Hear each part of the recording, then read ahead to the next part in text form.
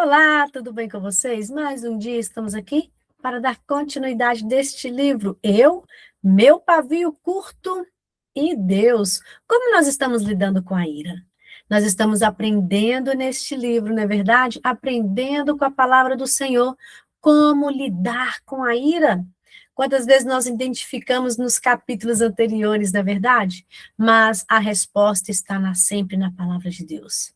Quando nós lemos a Bíblia, colocamos em prática, nós estamos construindo a nossa casa sobre a rocha. Quem é a rocha? É Jesus. É isso mesmo. Jesus falou no Sermão do Monte, lá no capítulo 7, aquele que ouve e pratica está construindo a sua casa sobre a rocha. E nós estamos fazendo isso em nome de Jesus. Então, nós estamos lendo, vamos colocar em prática. Irá? Pode irar, só não pode pecar. Opa, Salmos 4:4, já decorou esse versículo? Tá irado? Não pequeis. Vai lá, vai sossegar, deita a cabeça no travesseiro e acalma o coração até a ira passar. E é isso, quando nós praticamos a palavra, estamos edificando nossa casa sobre a rocha. É fácil? Não, mas nós temos o Espírito Santo que nos ajuda, amém? Então vamos continuar o capítulo 11, o poder da língua. Todos tropeçamos de muitas maneiras. Se alguém não tropeça no falar, tal homem é perfeito, sendo capaz também de dominar todo o seu corpo. Tiago 3:2. É nesse ponto que nossa capacidade de verbalizar nossos pensamentos apresenta desvantagem. Aquilo que eu digo é, sem sombra de dúvida, um desafio constante para mim e para você. Estou muito longe de ser uma mulher perfeita que exerce firme domínio sobre o corpo. Felizmente, porém, pela graça de Deus, eu fiz um grande progresso. Em vez de pular esses versículos, como eu costumava fazer, uso-os como halteres para me exercitar. Em seguida, Tiago ilustra de modo bastante detalhado a importância de dominar a própria língua. Quando colocamos freio na boca dos cavalos para que eles nos obedeçam, podemos controlar o animal todo. Tome também como exemplo os navios. Embora sejam tão grandes e impelidos por vento forte, são dirigidos por um leme muito pequeno, conforme a vontade do piloto. Semelhantemente, a língua é um pequeno órgão do corpo, mas se vangloria de grandes coisas. Veja como um grande bosque é incendiado por uma simples fagulha. Tiago 3:3-5. Tiago apresenta algumas imagens vívidas. Primeiro temos o cavalo, que é bem maior e mais forte do que o homem, mas pode ser conduzido ou detido pelo freio em sua boca. Pensei em mais de uma ocasião que essa seria uma excelente invenção para os seres humanos também. Em seguida, temos um enorme navio que corta os mares, mas é dirigido por um pequeno leme controlado pelo piloto. Temos também a língua, que, embora seja comparativamente pequena, dirige o curso da nossa vida. É como uma pequena fagulha, capaz de destruir um grande bosque. Olha como que a língua é pequena, mas tem um poder. Tem um poder muito grande. Assim também, a língua é um fogo. É um mundo de iniquidade. Colocada entre os membros do nosso corpo, contamina a pessoa por inteiro. Incendeia todo o curso da sua vida, sendo ela mesma incendiada pelo inferno. Tiago 3:6. Tiago relacionou a língua diretamente ao fogo e disse que ela é um mundo de iniquidade entre os membros do corpo. Tem o potencial de nos contaminar por inteiro e de nos fazer trilhar o caminho da destruição. Também tem o poder de nos remover do reino das trevas e nos transportar para o reino da luz. Glória a Deus! Vamos usar a língua para esse poder de nos tirar, de remover o reino das trevas e nos transportar sempre para o reino da luz. Em nome de Jesus. Se você confessar com a sua boca que Jesus é o Senhor e crer no seu coração que Deus o ressuscitou dentre os mortos, será salvo. Olha só, confessar é usar a língua para tirar o reino das trevas e ir para a luz. Pois com o coração se crê para a justiça e com a boca se confessa para a salvação. Romanos 10, 9 e 10. A mesma coisa que nos coloca em apuros também pode nos tirar deles. A língua tem poder sobre a vida e sobre a morte. Os que gostam de usá-la comerão do seu fruto. Provérbios 18, 21. Fomos formadas à semelhança de nosso Pai, que usa suas palavras para criar vida. Isso significa que devemos escolher abençoar as outras pessoas com nossas palavras em vez de sujeitá-las. Somos chamadas a ser perfeitas, como nosso Pai é perfeito. Ele não exige perfeição física.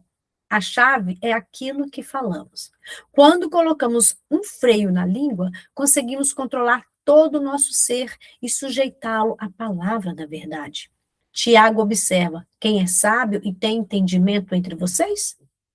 Que o demonstre por seu bom procedimento, mediante obras praticadas com a humildade que provém da sabedoria. Quem é sábio entre vocês? Devemos demonstrar sabedoria com bom procedimento, com as boas práticas, obras, não é verdade? Com humildade. É preciso termos humildade para permanecer caladas quando o nosso maior desejo é nos defender. É preciso termos humildade para retribuir com bondade um ato traiçoeiro. Nossa vida seguirá nossa boca.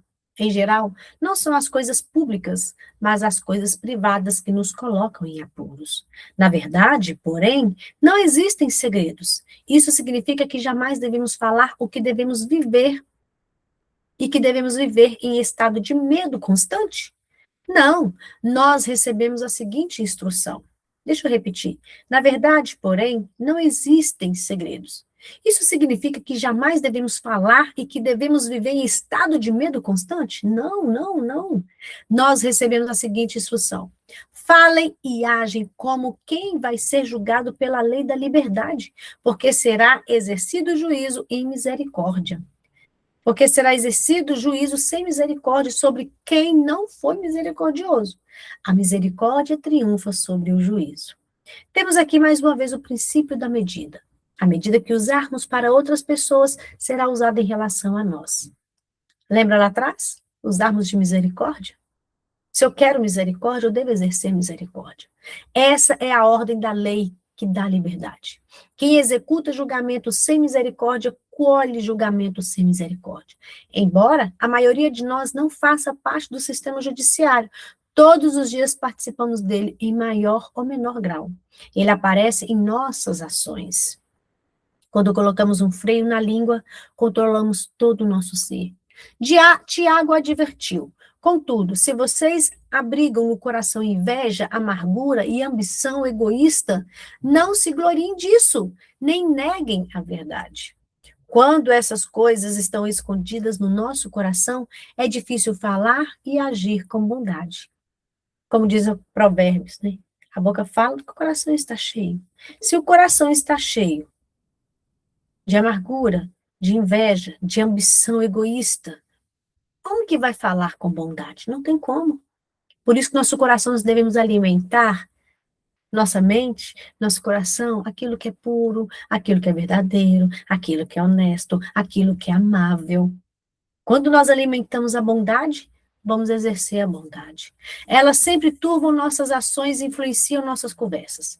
Ofensas não resolvidas em nossa vida se tornam um filtro pelo qual fazemos passar todas as coisas. Se é o filtro da inveja, temos dificuldade de nos alegrar com as outras pessoas. Se é o filtro das ambições egoístas, usamos o benefício próprio para avaliar tudo.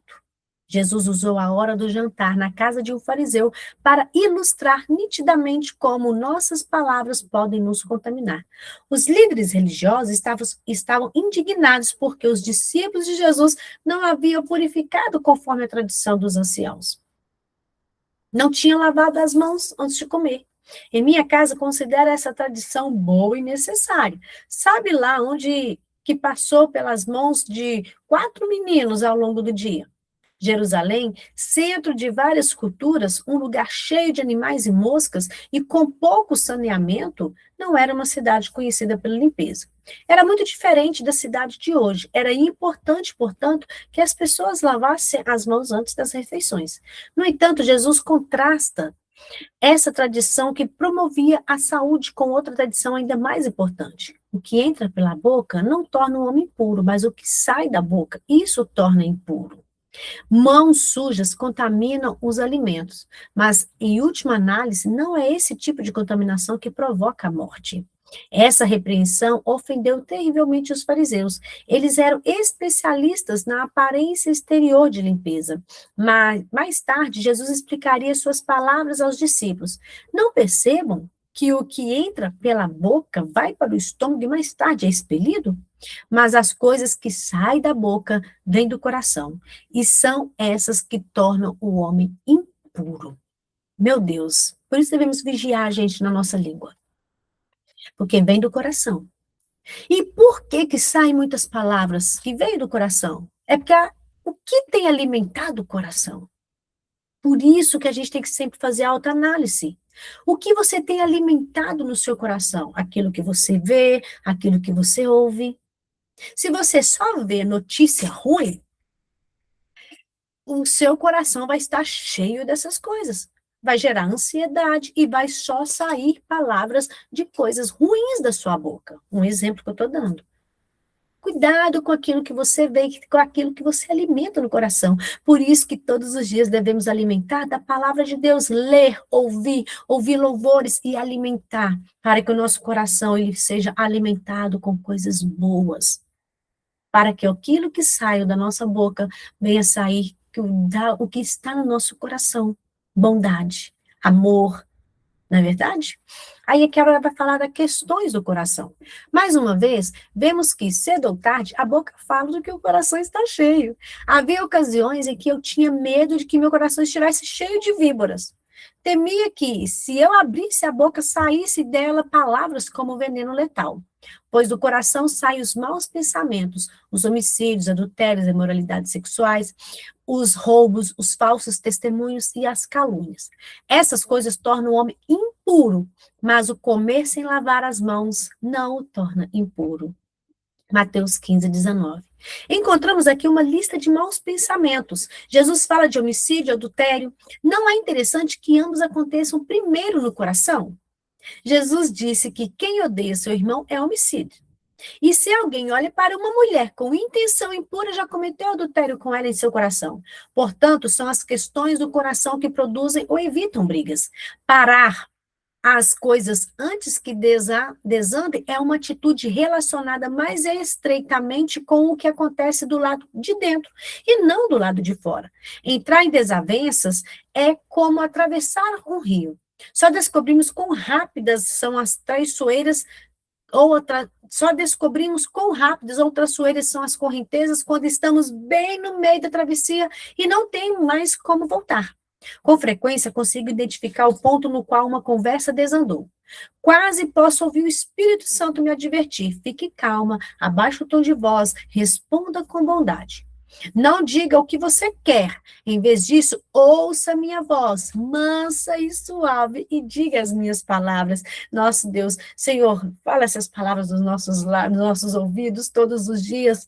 É isso. Vamos ficar calma, vamos abaixar o tom de voz, vamos responder com bondade e vamos ouvir a voz mansa e suave do Senhor. Às vezes, sou obediente e atenta a essas palavras. Outras vezes, tento inserir mais um comentário antes de obedecer e descubro como minha insensatez custa caro. Provérbios 15:1 nos instrui. A resposta calma desvia a fúria, mas a palavra ríspida desperta a ira. O segredo para sermos ouvidas. Descobrir o segredo para ser ouvida, na verdade, é bastante simples. Quando desejamos ser ouvidas, temos de transmitir nossa mensagem da maneira que gostaríamos de ouvi-la. Meus filhos, meu marido, meus empregados, meu cachorro, aliás, todos ao meu redor, ouvem com maior atenção quando eu mostro mais mansa e serena. Sei que prefiro que os outros falem comigo em tom gentil e respeitoso. Consigo ouvir muito melhor quando não gritam comigo. Não é o volume ou a repetição de palavras que chamam atenção e obtêm o respeito e o compromisso alheios. É o peso daquilo que dizemos e o tom em que falamos. Ninguém leva a sério uma pessoa que está dando chilique. Talvez saiam do caminho dela por um instante, mas isso terá um preço depois. Perdemos a calma e levantamos o tom de voz por vários motivos. Aqui vem um deles. Como diz o pastor Josué Gonçalves, quando o grito vem é porque a inteligência já foi embora. Meu Deus do céu. Primeiro, temos medo de que não estejamos sendo ouvidas. Segundo, gritar produziu resultados, aquilo que queríamos no passado. 3, queremos intimidar ou controlar as outras pessoas. 4, foi o que vivenciamos na infância, né? Vai repetindo o ciclo. 5, ainda estamos com raiva por causa de uma questão não resolvida. 6, é um mau hábito. A maioria dessas razões nascem do medo. Deus não nos deu espírito de covardia, mas de poder, amor e equilíbrio. Gritamos e damos chilique quando nos sentimos impotentes. Procuramos intimidar as outras pessoas e controlá-las quando buscamos nossos próprios interesses. Voltamos ao passado, quando o amor perfeito ainda não lançou fora o medo. Reagimos exageradamente quando ainda carregamos no presente o peso dos problemas do passado. Persistiremos em nossos maus hábitos se não tivermos nossa mente renovada conforme a palavra de Deus, conforme a verdade da palavra de Deus. Cederemos às táticas de medo sempre que deixarmos de colocar o controle nas mãos de Deus. E, em vez disso, tentarmos mantê-lo em nossas mãos. Muito tempo atrás, descobri que não importa como as coisas pareçam, eu nunca estou no controle, nunca estou no controle. Gente, vamos repetir isso. Eu nunca estou no controle. Posso controlar a mim mesma. Em última análise, porém, Deus está no controle de tudo. Quando nos recusamos a nos render, a nos sujeitar à verdade e à vontade de Deus, mostramos que há incredulidade em nossa vida. A incredulidade se encontra na origem de qualquer quebra de confiança que tenhamos em relacionamento com Deus. Temos medo de que ele nos livre ou que não faça a situação cooperar para o nosso bem. E, portanto, assim como filhos de Israel, à beira de sua terra prometida, gememos. E quanto aos nossos cônjuges e filhos? Em outras palavras, e quanto a mim? E quanto a meus entes queridos? Mas, para que paremos antes que as coisas desandem, temos de confessar toda e qualquer área de incredulidade e entregá-la a Deus. Temos de tomar em nosso coração a firme decisão de crer, de uma vez por todas, que se honrarmos a Deus, ao nos sujeitarmos à sua palavra, ele honrará a sua palavra e transformará nossas circunstâncias. Temos de tornar a firme decisão de governar nosso espírito e nossa vida em conformidade com os estatutos de Deus. Temos de parar de ser insensatas e nos apegar à sabedoria. O tolo dá vazão à sua ira, mas o sábio domina-se. Senhor, aqui tem mulheres sábias. Nos ajuda a dominar. Em nome de Jesus, não queremos dar vazão à ira, porque nós não somos tolos, somos mulheres sábias. Quem dá vazão a toda sua ira é tolo. Um dos principais requisitos para irarmos sem fazer tolice é manter calma. Dar vazão significa falar impensadamente, desabafar, soltar ou verbalizar. Imagine guardas vigiando sua boca. Imagine, ore, vamos orar com isso todos os dias. Eles estão ali para garantir que algumas palavras nunca saem por seus lábios. A pessoa sábia tem o mesmo sentimento a pessoa sábia tem os mesmos sentimentos e as mesmas palavras que clamam insistentemente para ser expressas. Mas ela se guarda, ela está no controle e não fora do controle. Quando são muitas as palavras, o pecado está presente. Mas quem controla a língua é sensato. A língua do justo é prata escolhida, mas o coração dos ímpios quase não tem valor. Meu Deus, nós somos escolhidas.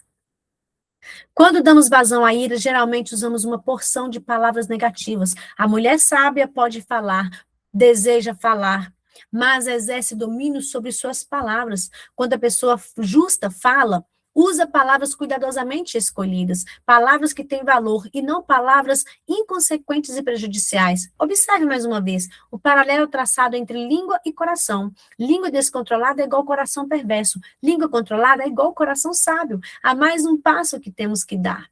Escolha ignorar as ofensas. A sabedoria do homem lhe dá paciência. Sua glória é ignorar as ofensas. Provérbios 19. Vemos aqui também que a pessoa tardia para se irar é tardia para falar. E, portanto, tardia para pecar. O escritor de Provérbios diz que a nossa glória se encontra em ignorar transgressões ou ofensas. Uau! Agir dessa forma da pessoa a pessoa cristã honra, louvor, eminência e distinção. Quando adotamos essa conduta, seguimos o exemplo de Cristo. Para isso vocês foram chamados, pois também Cristo sofreu no lugar de vocês, deixando-lhes exemplo para que sigam os seus passos. Ele não cometeu pecado algum, e nenhum engano foi encontrado em sua boca. Quando insultado, não revidava. Quando sofria, não fazia ameaças, mas entregava-se àquele que julga com justiça. Só será possível ignorar as ofensas, insultos e ameaças se estivermos firmemente comprometidas com nosso Pai, o justo juiz. Muitas vezes, quando nossos filhos têm alguma divergência, recorre ao nosso senso de imparcialidade. Um deles diz: ele não está fazendo as tarefas domésticas dele, ou ele passou tempo demais no computador. Evidentemente, seu desejo é que, primeiro, sua causa seja ouvida e, de preferência, que seu desejo seja atendido, e, em segundo lugar, que a justiça seja feita.